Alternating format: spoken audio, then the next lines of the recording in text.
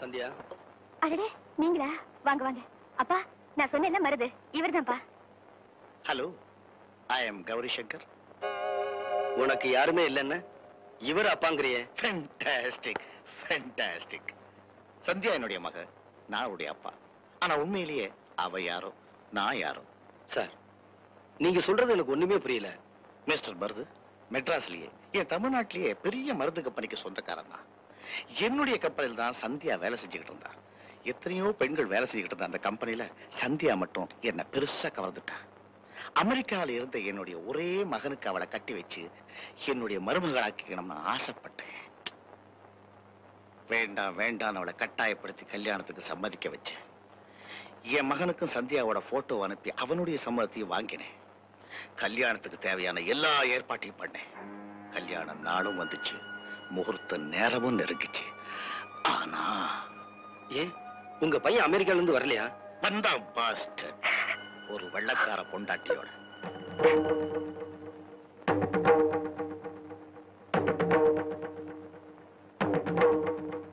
நீ ஏமா வீணா மனசு போட்டு குழப்பிக்கிற?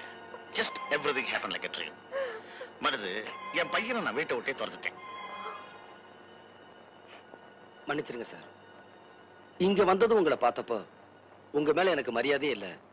ஆனா இப்ப என் மனசுல நீங்க ரொம்ப உயர்ந்துட்டீங்க. சந்தியாவை பொறுத்த மட்டும் இனிமே நீங்க கவலைப்பட வேண்டாம். அவளை நான் மனைவியா ஏத்துக்கிறேன்.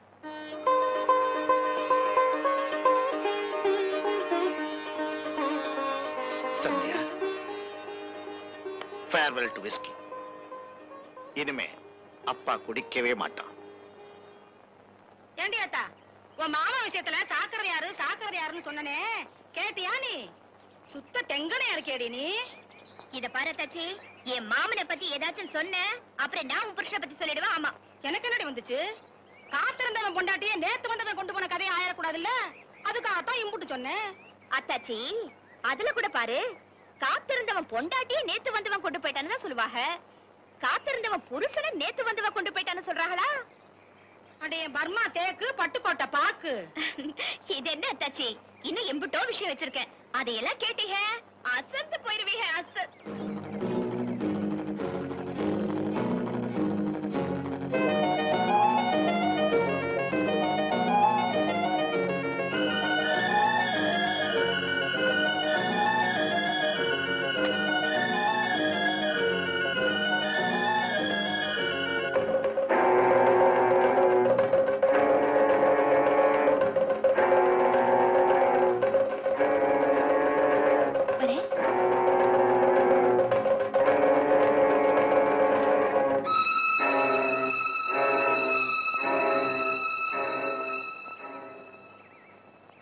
என்ன பாப்பா, விறகு கட்ட தூக்கி விட ஆள் இல்லையா?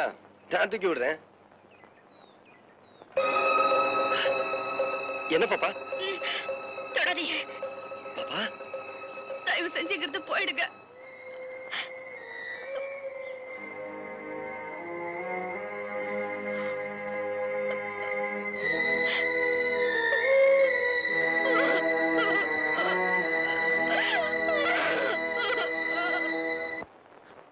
உன்னை தூக்கி சுமந்த நெஞ்சில இப்படி நெருப்பள்ளி கொட்டுறியப்பா.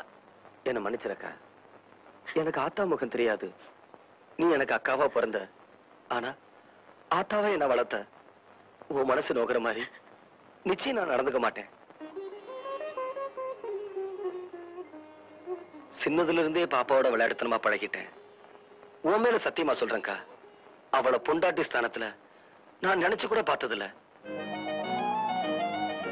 நீ நினைக்கலப்பா, ஆனா இந்த வெகுளி கழுத விவரம் தெரிஞ்ச நாள்ல இருந்து உன்னை தாலி கட்டின புருஷனாவே நினைச்சு வாழ்ந்துட்டு இருக்கல.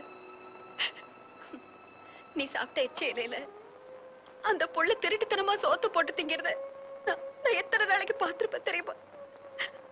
அவ அப்படி ஒரு நினைப்ப வளர்த்துக்கிட்டதுக்கு என்னக்கா பண்ண சொல்ற? இப்ப கூட ஒண்ணு கெட்டு போயிடல தம்பி.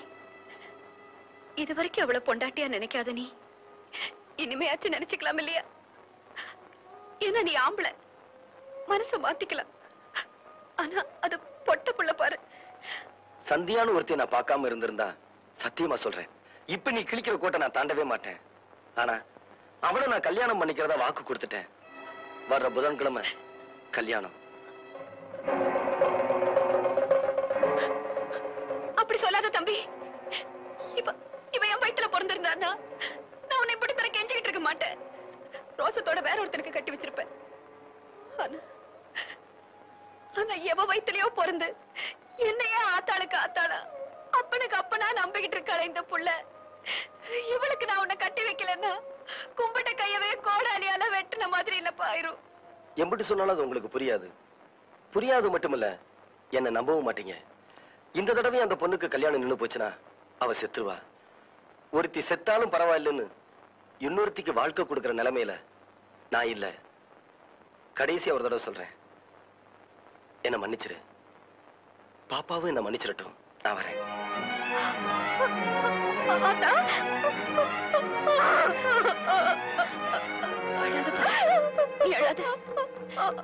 இதுக்கு பேர்தான் விதின்னா இதை ஏத்துக்கிறத தவிர நாம வேற என்ன பாப்பா செய்ய முடியும்? நீ அழாத பாப்பா.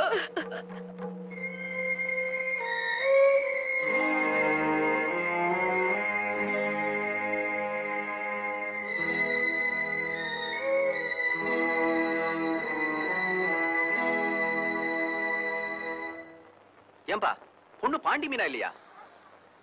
இல்ல மாமா. ஏன்பா மருது? வேற எதையும் கேட்காதீங்க. குன்னக்குடியில கல்யாணம், குடும்பத்தோட வந்துருங்க.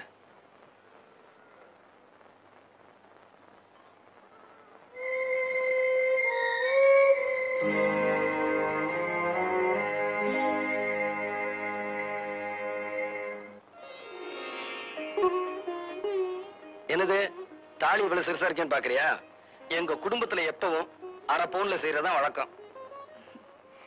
தாலின்னு உங்க கையால தங்கத்துல கொடுத்தா கூட வேண்டாங்க, தகரத்துல கட்டினா கூட அதை நான் சந்தோஷமா ஏத்துக்குவேன். உன் மனசுக்கு ஒரு குறையும் வராது சந்தியா. நான் வரேன்.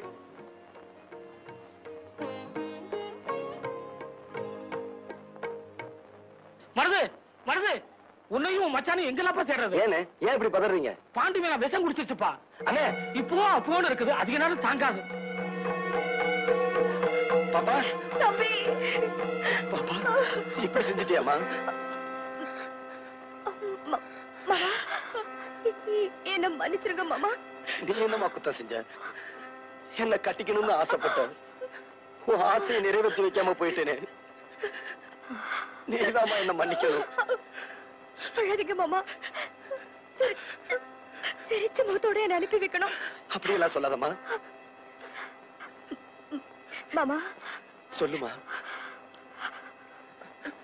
சாக போற நேரத்திலயாவது உங்ககிட்ட ஒண்ணு கேட்டுக்கிறேன், நிறைவேற்றி வைப்பீங்களா? நிச்சயமா நிறைவேற்றி வைக்கிறேன். என்னமா செய்யணும் சொல்லு. சத்தியமா? சத்தியமா. மாமா, உங்க கையால என் கழுத்துல ஒரு தாலி கட்டி என்ன கட்டு கழுத்தையே அனுப்பி வைக்கணும். பாப்பா தப்பு இல்லப்பா. ஆமாப்பா, அவ இங்க வந்ததுல இருந்து இந்த வீடே கோயில், உங்க அக்காவே குலதெய்வம்னு வாழ்ந்துட்டு இருக்கா. அவ ஆசையை நிறைவேற்றுப்பா, இல்லைன்னா அவ நெஞ்சு வேகாதுப்பா. ஆமா தம்பி, கண்ணி கடியாத பொண்ணு மனசுல குறை வச்சுட்டா குடும்பத்துக்கு ஆகாதும்பாங்க. ஒரு மஞ்சத்தோட கைத்துல கட்டி கொண்டாங்க. தேவையில்லை.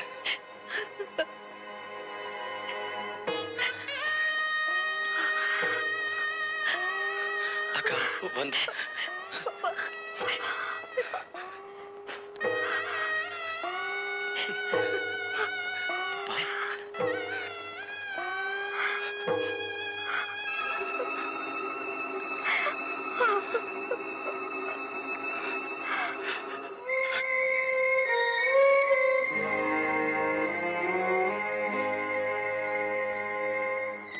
மாமா,